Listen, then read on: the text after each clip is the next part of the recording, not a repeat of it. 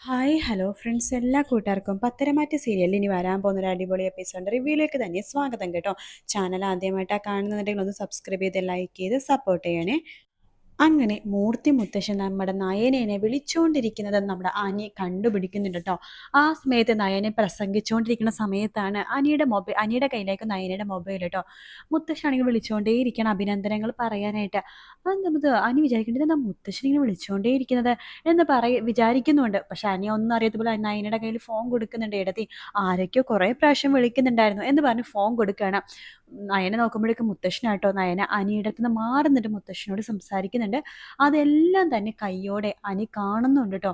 വീട്ടിലെത്തിയ അനി നേരെ പോണത് മുത്തശ്ശിയുടെ റൂമിലേക്കാണ്.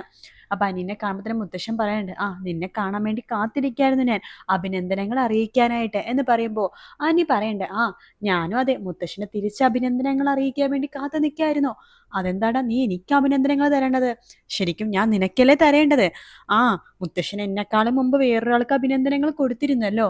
നീ ആരുടെ കാര്യമാണ് ഈ പറയണത്? എന്തിനുണ്ടെങ്കിൽ നേരെ ചൊവ്വ പറ എന്ന് പറയുമ്പോൾ അനി പറയുന്നുണ്ട്, അതെ, മുത്തശ്ശൻ നയനയെടുത്തിട്ട് മൊബൈലിൽ വിളിച്ചുകൊണ്ടിരിക്കുന്ന സമയത്തെ എൻ്റെ കയ്യിലായിരുന്നു മൊബൈല്.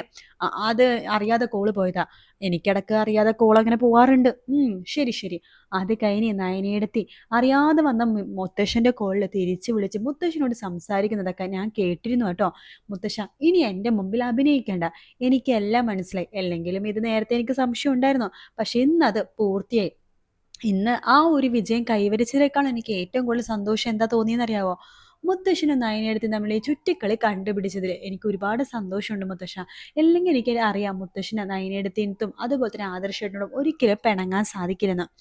മുത്തശ്ശൻ പറയുന്നുണ്ട്, ആര് പറഞ്ഞു പിണങ്ങാൻ പറ്റില്ലെന്ന്? നയനയെടുത്ത് അല്ലെങ്കിൽ മുമ്പും എനിക്ക് ദേഷ്യമൊന്നും ഉണ്ടായിരുന്നില്ല. പിന്നെ ആദർശിന്റെ കൂടെ ഇവിടുന്ന് ഇറങ്ങിപ്പോയായിട്ടൊരു നീരസം ഉണ്ടായിരുന്നതേ ഉള്ളൂ. അല്ലാതെ ദേഷ്യമൊന്നും അന്നുമില്ല ഇന്നുമില്ല.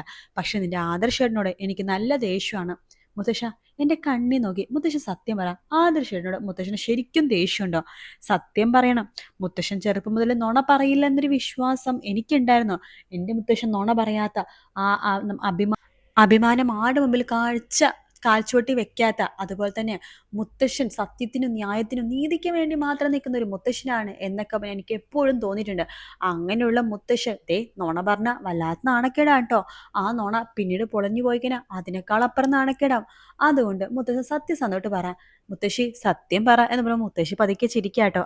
മുത്തശ്ശി ചിരിച്ചു. ഇപ്പൊ എനിക്ക് ഏകദേശം കാര്യങ്ങളിലെ കിടപ്പോഷം മനസ്സിലായി. നിനക്ക് എന്ത് മനസ്സിലായെന്ന് എന്ന് പറയുമ്പോഴേക്കും മുത്തശ്ശിന്റെ എല്ലാം വെറും അഭിനയമാണെന്ന്.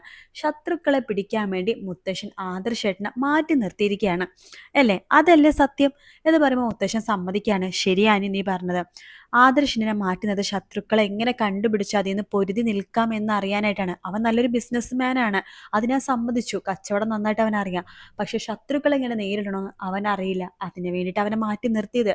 പക്ഷേ എനിക്ക് കണക്ക് കൂട്ടൽ തെറ്റിയ നയനയും അവന്റെ കൂടെ പോയപ്പോഴാ. അവള് പ്രഗ്നന്റും കൂടിയാണല്ലോ. അതിന് നയനെടുത്തിനെ കുറ്റം പറയാൻ പറ്റും മുത്തശ്ശ. ഈ ഒരു സമയത്ത് ഭർത്താവിന്റെ കൂടെ വേണമെന്ന് ഏത് പെണ്ണ ആഗ്രഹിക്കാത്തത്? അതുകൊണ്ടാ നയനെടുത്തി ആദർശേട്ടന്റെ കൂടെ നിൽക്കുന്നത്. പിന്നെ അവരുടെ ലവിന്റെ കാര്യം മുത്തശ്ശന് അറിയാലോ. കല്യാണം കഴിഞ്ഞപ്പോൾ രണ്ടുപേരും കീരിയും പാമ്പും ആയിരുന്നു. ഇപ്പോഴാണ് അവർ ലവും പ്രണയവും ഒക്കെ സ്റ്റാർട്ട് ചെയ്ത് കഴിഞ്ഞത്. അപ്പൊ ആ ഒരു സമയത്ത് അവർക്ക് പിരിയാൻ പറ്റില്ല. അതിന് മുത്തശ്ശൻ അവരെ കുറ്റം പറയേണ്ട കാര്യമൊന്നുമില്ല കേട്ടോ. അതെന്തെങ്കിലും ആവട്ടെ, നീ അറിഞ്ഞ കാര്യം നീ ഇനിയിപ്പോൾ ആരോടും പറയാനൊന്നും നിൽക്കണ്ട. എന്തായാലും വലിയൊരു കാര്യം ഇന്ന് കഴിഞ്ഞു. ഇനി ഒരിക്കലും ജ്വല്ലറി നമ്മുടെ മൂർത്തിശ്വരുടെ മുകളിലേക്ക് ഒരിക്കലും വളരില്ല. പക്ഷേ അതൊക്കെ അവിടെ ഇരിക്കട്ടെ. ഈ ഞായറാഴ്ചത്തെ പ്രത്യേകത അറിയാവോ എൻ്റെ കൊച്ചുമോന് എന്ന് പറയുമ്പോൾ അനി പറയേണ്ട മുത്തശ്ശ, അത് ഞാൻ എത്ര പ്രാവശ്യം മുത്തശ്ശനോട് പറഞ്ഞാണ്. മുത്തശ്ശൻ എനിക്ക് താല്പര്യമില്ലാത്ത വിവാഹമാണ്. വേണ്ട മുത്തശ്ശ, ഒരു പ്രാവശ്യം എൻ്റെ കുടുംബജീവിതം നാറാണക്കല്ലെടുത്തതാണ്. ഇനി രണ്ടാമത്തെ ഇത് പ്രാവശ്യം കൂടെ എനിക്കിങ്ങനെ നാണം കെടാൻ വയ്യ മുത്തശ്ശ. ഇനി ഒരിക്കലും എനിക്ക് അത് വേണ്ട. എനിക്ക് പറ്റില്ല മുത്തശ്ശ. എനിക്ക് അവൾ അങ്ങനത്തെ രീതി കാണാൻ പറ്റില്ല. ആദർശേട്ടൻ അവളെ എങ്ങനെയാണോ കാണുന്നത്, സ്വന്തം അനിയത്തിനെ പോലെ, അഭി സ്വന്തം അനിയത്തിയാണ്. അതുപോലെ എനിക്കവള് സ്വന്തം അനിയത്തി തന്നെയാണ്. നമുക്ക് 3 ആൺപിള്ളേർക്കും ഒരു അനിയത്തി. ആ രീതിയിലല്ല ചെറുപ്പം മുതൽ നമ്മൾ കണ്ടു വളർന്നത്. ആ രീതി തന്നെ അവളെ കാണാൻ എനിക്കിഷ്ടം. അവൾക്ക് വേറെ നല്ല പയ്യനെ നമുക്ക് കണ്ടുപിടിക്കാം മുത്തശ്ശ എന്നൊക്കെ അനി പറയുമ്പോൾ മുത്തശ്ശൻ പറയണ്ട്, നിന്നെക്കാളും നല്ല പയ്യനെ ഞങ്ങൾക്ക് ഇനി കണ്ടുപിടിക്കാൻ പറ്റില്ല മോനെ. അതുകൊണ്ട് ഞങ്ങൾ തീരുമാനിച്ചതിന് ഒരു മാറ്റവും ഇല്ല. ഈ ഞായറാഴ്ച നിന്റെ അവന്തിക മോളുടെ വിവാഹ നിശ്ചയമാണ്. മുത്തശ്ശ മുത്തശ്ശൻ ഇങ്ങനെ വാശി പിടിക്കാമെങ്കിൽ ഞാൻ ഇവിടെ നിന്ന് എവിടെയെങ്കിലും ഇറങ്ങി പോകും കേട്ടോ. ഇതിനേക്കാളും നല്ലത് എനിക്ക് ഇവിടെ നിന്ന് ഇറങ്ങി എവിടെയെങ്കിലും പോയി ചാവണതാണ് നല്ലത്. മുത്തശ്ശനോട് തന്നെ എത്ര പ്രാവശ്യം പറഞ്ഞു, പക്ഷെ മുത്തശ്ശൻ ഞാൻ പറഞ്ഞതൊന്നും തന്നെ കേൾക്കുന്നില്ല. അവളുടെ സ്വഭാവം മുമ്പ് എങ്ങനെയാണെന്ന് മുത്തശ്ശന് അറിയാലോ. ഇപ്പൊ സ്വഭാവം മാറി വന്നെന്ന് അറിഞ്ഞപ്പോഴേക്കും മുത്തശ്ശിക്ക് ഇപ്പൊ അവളെ മതി, അല്ലാതെ എൻ്റെ മനസ്സ് മനസ്സിലാക്കുന്ന ആരുമില്ല ഇവിടെ. മുമ്പ് വല്യമ്മയും വല്യച്ഛൻ നന്നായിട്ട് മനസ്സിലാക്കുമായിരുന്നു ഇപ്പൊ എന്നെ, പക്ഷെ ഇപ്പൊ അവരും മനസ്സിലാക്കുന്നില്ല. മുത്തശ്ശന്റെ കൂടെ വാശിക്ക് കൂടെ അവരും കൂടി നിൽക്കുവാണ് ഇപ്പോ. എന്തിനാ മുത്തശ്ശ എന്നിങ്ങനെ ധർമ്മസങ്കടത്തിലാക്കണത്? ധർമ്മസങ്കടത്തിൽ നീയാണ് ഞങ്ങളെ ആക്കണത്. അതുകൊണ്ട് ഈ ഞായറാഴ്ച മര്യാദക്ക് റെഡി ആയിട്ട് നിന്നോ. അവന്തിക മോളുടെ 2 കൂട്ടുകാരുണ്ടാവും, പിന്നെ നമ്മൾ മാത്രമേ ഉണ്ടാവുള്ളൂ. എന്തായാലും വിവാഹ നിശ്ചയം നടത്തിയിരിക്കും. ഈ മൂർത്തിക്ക് തൊക്കിലെ ജീവൻ ഉണ്ടെങ്കിൽ എന്തായാലും ഈ വിവാഹ നിശ്ചയം നടന്നിരിക്കും എന്നൊക്കെ മുത്തശ്ശൻ പറയണം. അനി ആകെ പെട്ടുപോവാട്ടോ. അനി പിറ്റേ ദിവസം ചെറുതായിട്ടൊന്ന് വെള്ളം അടിച്ചു വരുന്നുണ്ട്, കാരണം ആകെ വിഷമിച്ചിരിക്കുകയാണ് അനി വെള്ളം അടിച്ച് ആകെ വരുന്നത് നവ്യ മാത്രമേ കാണുന്നുണ്ട്. പാതിരാത്രി ആകുമ്പോഴാണ് അനി എത്തണത്. നവ്യൊക്കെ വല്ലാത്ത വിഷമം തോന്നാണ്. പാവാനി, ഇവന്റെ മനസ്സെന്താ മുത്തശ്ശൻ കാണാത്തത്? മുത്തശ്ശൻ എന്താ ഈ ഇടയിട്ട് ഇപ്പൊ ഇങ്ങനത്തെ സ്വഭാവം? വയസ്സാകുമ്പോഴേക്കും ദുർവാശിയും വാശിയൊക്കെ ഉണ്ടാവുമെന്ന് കേട്ടിട്ടുണ്ട്, പക്ഷെ മുത്തശ്ശൻ ഇത് ഒന്നൊന്നര വാശിയാണല്ലോ. ഇത് അങ്ങനെ വിട്ടാൽ പറ്റില്ല. പാവനി, അവന്റെ മനസ്സ് ആകെ വേദനിച്ചിരിക്കുകയാണ്.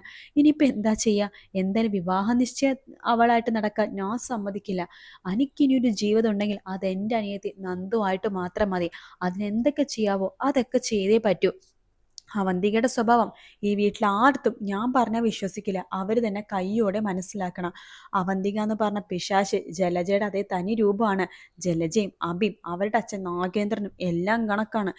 നാഗേന്ദ്രനും പണ്ട് മുത്തശ്ശിനെ ഇവിടെ നിന്ന് പടിയറച്ച് പിണ്ടം വെച്ച പോലെ ആ 3 എണ്ണത്തിനെയും കൂടി ഇവിടെ പുറത്താക്കണം. ആ ഒരു ദിവസത്തിന് വേണ്ടി കാത്തിരിക്കാൻ ഞാൻ. എന്തായാലും അനി, നീ പേടിക്കണ്ട. നിന്റെ വിവാഹ നിശ്ചയം നടക്കാൻ പോണത് എൻ്റെ അനിയത്തി നന്ദുവായിട്ടായിരിക്കും എന്ന് മനസ്സിൽ ഉറപ്പിക്കുകയാണ് നവ്യ കേട്ടോ. അങ്ങനെ വിവാഹ നിശ്ചയ ദിവസം അടുത്ത് വരുവാണ്. ദേവയാനി മുത്തശ്ശനോട് ചോദിക്കണ്ട്, അല്ല മുത്തശ്ശ, അച്ഛ വിവാഹ നിശ്ചയത്തിന് ആദർശിനെ നയനെ വിളിക്കുന്നില്ലേ? ഞാനായിട്ട് വിളിക്കുന്നില്ല, നിനക്ക് വിളിക്കണമെങ്കിൽ നീ വിളിച്ചോ. അല്ല അച്ഛ, അച്ഛന് ഇഷ്ടമില്ലാതെ ഞാൻ എങ്ങനെ വിളിക്കണത്? എൻ്റെ ഇഷ്ടക്കുറവോ ഇഷ്ടമോ ആരും നോക്കണ്ട. ഈ വീട്ടിലെ കുടുംബത്തിലെ അംഗമല്ല അവരെ വിളിച്ചോ, ഒരു കുഴപ്പമില്ല. പക്ഷേ വിവാഹ നിശ്ചയം മുടങ്ങുന്ന രീതിയിൽ എന്തെങ്കിലുമൊക്കെ ഇവിടെ പെരുമാറിക്കഴിഞ്ഞാൽ, അല്ല അവരെന്ത് പെരുമാറാനാ? അല്ല നന്ദുവായിട്ട് ഇപ്പോഴും എനിക്ക് എന്തോ ഒരു അഫെയറും കാര്യങ്ങളുണ്ടെന്നൊക്കെ കേൾക്കുന്നു. അപ്പോൾ നമ്മുടെ നയന അവരെ സപ്പോർട്ട് ചെയ്തിട്ട് എങ്ങാനും സംസാരിച്ചാൽ എൻ്റെ തനി സ്വഭാവം മാറും. അങ്ങനെയൊന്നും ഇല്ല അച്ഛാ, നയന നന്ദുവിനെ പറഞ്ഞ് മനസ്സിലാക്കുക ഇപ്പൊ ചെയ്യണത് എന്ന് പറയാണ്. ഇതൊക്കെ നവ്യ കേൾക്കണ്ട്. നയന പറഞ്ഞ് മനസ്സിലാക്കിക്കോട്ടെ നന്ദുവിനെ, പക്ഷെ ഞാൻ പറഞ്ഞ് മനസ്സിലാക്കും. നന്ദു, നിനക്കൊരു വിവാഹ ജീവിതം ഉണ്ടെങ്കിൽ അത് അനിയായിട്ട് മതിയെന്ന്. ഇവിടെ വിവാഹ നിശ്ചയം നടക്കുന്ന സമയത്ത് ഞാൻ കൊണ്ടുവരും എൻ്റെ അനിയത്തിനെ. വേറെ ആരെതിർത്താലും, എൻ്റെ അച്ഛനും അമ്മയെ എതിർത്താലും ഒരു കുഴപ്പമില്ല. വിവാഹ നിശ്ചയം നടക്കാൻ പോണത് എൻ്റെ അനിയത്തി നന്ദുവിൻ്റെയും അനിയൻ അനിയുടെ ആയിരിക്കും എന്ന് നവ്യ ഉറപ്പിച്ച് മനസ്സിൽ പറയുന്ന ഭാഗമാണ് നമ്മൾ ഇനി കാണാൻ പോണ കേട്ടോ. അതെ, ഇനി അടുത്തത് വിവാഹ നിശ്ചയത്തിന്റെ ആ ഒരു ചടങ്ങാണ് നമുക്ക് ഇനി അടുത്ത എപ്പിസോഡിൽ കാണാൻ വേണ്ടി പോകുന്നത്. വീഡിയോ ഇഷ്ടപ്പെട്ടാൽ ലൈക്ക് ചെയ്യുക, സബ്സ്ക്രൈബ് ചെയ്യുക, കമന്റ് ചെയ്യുക. മറ്റൊരു വീഡിയോ ആയിട്ട് വീണ്ടും കാണാം. Take care, bye bye.